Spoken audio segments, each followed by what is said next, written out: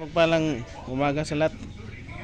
Dito ako ngayon sa bahay ni Glenn, yung kaibigan ko na batang antingero. May pinapakita siya sa akin na bagong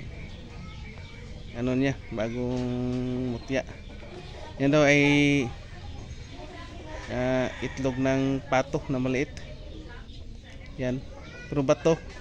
Bato na yan mga kagimat. Sa mga kagimat oh.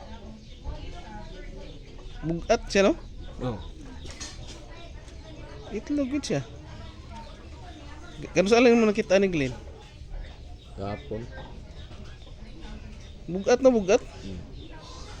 Itlog ng pato na bato. Mga kagimat. Iba talaga yung mga lugar na ito. Marami talagang kakaibang mga bato.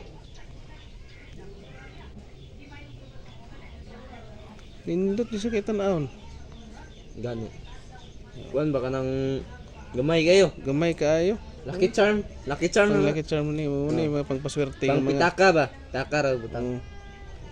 Muna gwapo pangligo sa manok. Pangligo sa manok mga pangpaswerte mo ning yan eh. Adi mandot lang man ako na call. Panag ka ng panabong. Oo, di mandot lang kay bato na. Bato no. Gahi man kay na. Gwapo, nindot na sad. Si Glenn pala ay anak ni tatay Carlito. Kaya siya yung parang minsan makakita din ng mga kakaibang bato mga kagimat. Ano. At mayroon din siyang mga gamit mga kagimat. Kaya tinatawag ko siyang Glenn ng batang tingiro. Mga kagimat. Bago na naman tayong mga kagimat oh. Itlog ng pato na bato. Yan mga kagimat. Maliit lang mga kagimat.